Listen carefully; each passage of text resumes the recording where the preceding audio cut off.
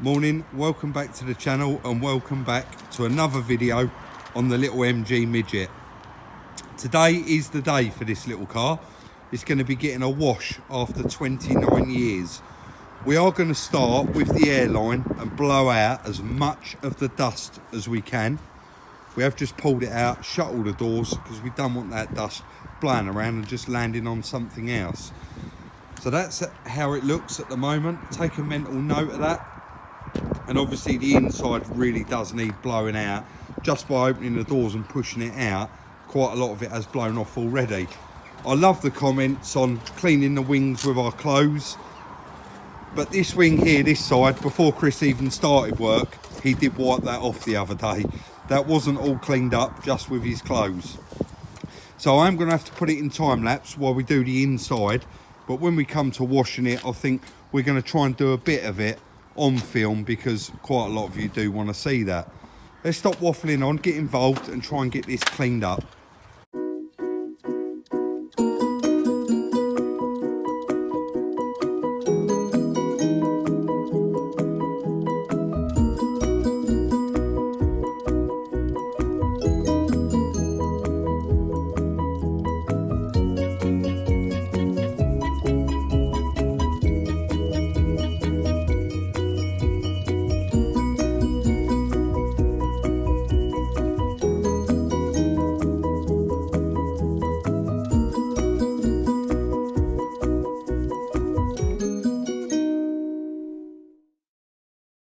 So it still wants a good hoover out and a clean, but I managed to blow away at least half of the dust that was all over it. And as you would have seen there on that bit of time lapse, it was just flying everywhere. I'm so glad I put the mask on and the overalls, but that's how far we've got along with it. We're now going to move on. Chris is going to hold the camera and I'm actually going to jet wash this side of the car, and we'll actually film that so that you guys can see it all coming off as well. And then we'll probably pop it in time lapse to do the complete wash on it because it's going to be hard to film the whole thing.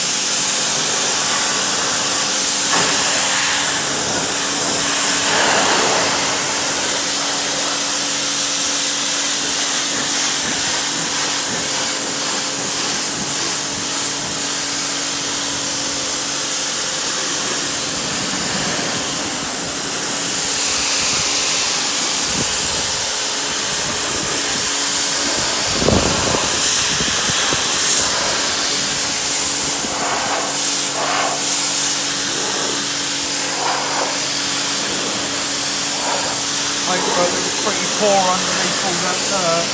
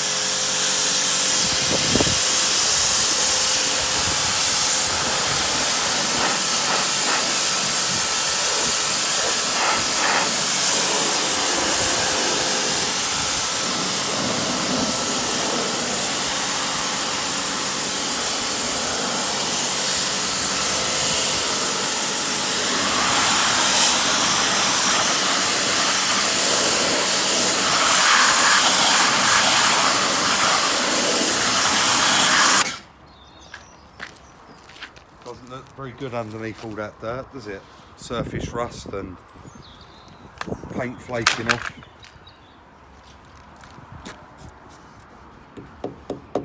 Still seems quite solid though, but what do you think of that, guys? It has still got a bit of a shine on it. It certainly makes a difference. Let's get the whole thing washed up and have a proper walk around it.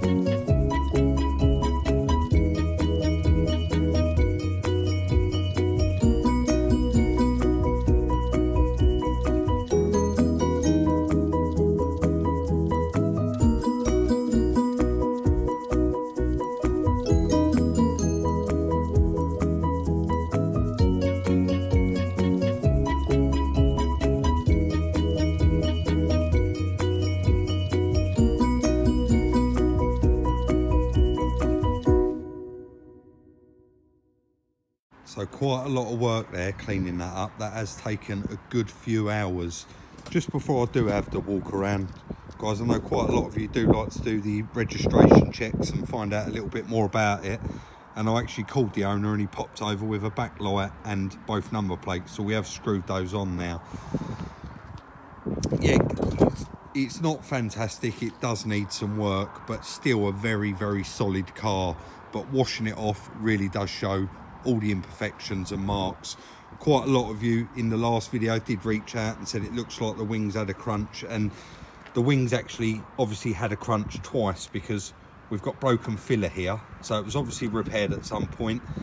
He did tell me that they reversed one of their trailers into this while it was in storage, and that is what's caused that cracking and obviously dented the wing. But he has told me he's got every part to fully restore this car, and that is the future plan. I also asked why it was parked in that barn and never had the roof put on, and he said he come back from Le Mans, drove it in there, and just, you know, it was summer or it was nice weather. He said, I knew that I'd be out in it the next day, so I didn't bother putting the roof on. He said the next day leaded to a week, then a month, then a year, and then, you know, it just went from there and it got forgotten about. But it does have great sentimental value, and, you know, we have got to take this car back. I did mention that in the first video. We was just picking it up for a bit of content to put out for you, to, you know, to will it run and giving it a clean after all that time. But there's quite a lot of surface rust on it, but all these are very, very repairable. And quite a lot of you did mention, and Chris did say, everything is available for these cars. You can pretty much build one of these cars, well, you can build one from scratch. Every single part is available. Quite a lot of eagle-eyed people did notice that it has got the 1275 engine in it. Originally it would have been a 1095, so it has had an engine upgrade at some point. I did give it a good wash under all the arches, but I think we saw that when it was up on the ramp. It's very, very clean underneath, and all this is just surface rust, so this is all very, very repairable. The indicator wasn't with the light when he popped it over, so we have only been able to pop the light on, but we have put the roof back on it as well, and it had two huge holes in the roof, like something has chewed its way right through. So we have put some duct tape on there just to try and stop that. That's definitely 80s, 90s, repairing roofs with duct tape. But let me know what you think of this in the comment section, how it come up. It looked amazing when it was wet, but the more drier it got, it started taking it away, and obviously you can see the full extent of it. He did say to me when he bought this car in 1990 or something like that, I believe, he said this car wasn't in fantastic shape when he bought it. It already needed quite a lot of paint work that it still needs now, and it did have various rust marks on it. Let's get inside. As you can see, it did come up quite nice. I'll give it a real good blowout and a good hoover, and I've run over these seats with a bit of silicone and a cloth just to try and get them up clean. And with, you know, a whole day on this, I'm sure you would get it up a lot better. But overall, for the time that we've spent doing it, we're quite happy with the way it come out.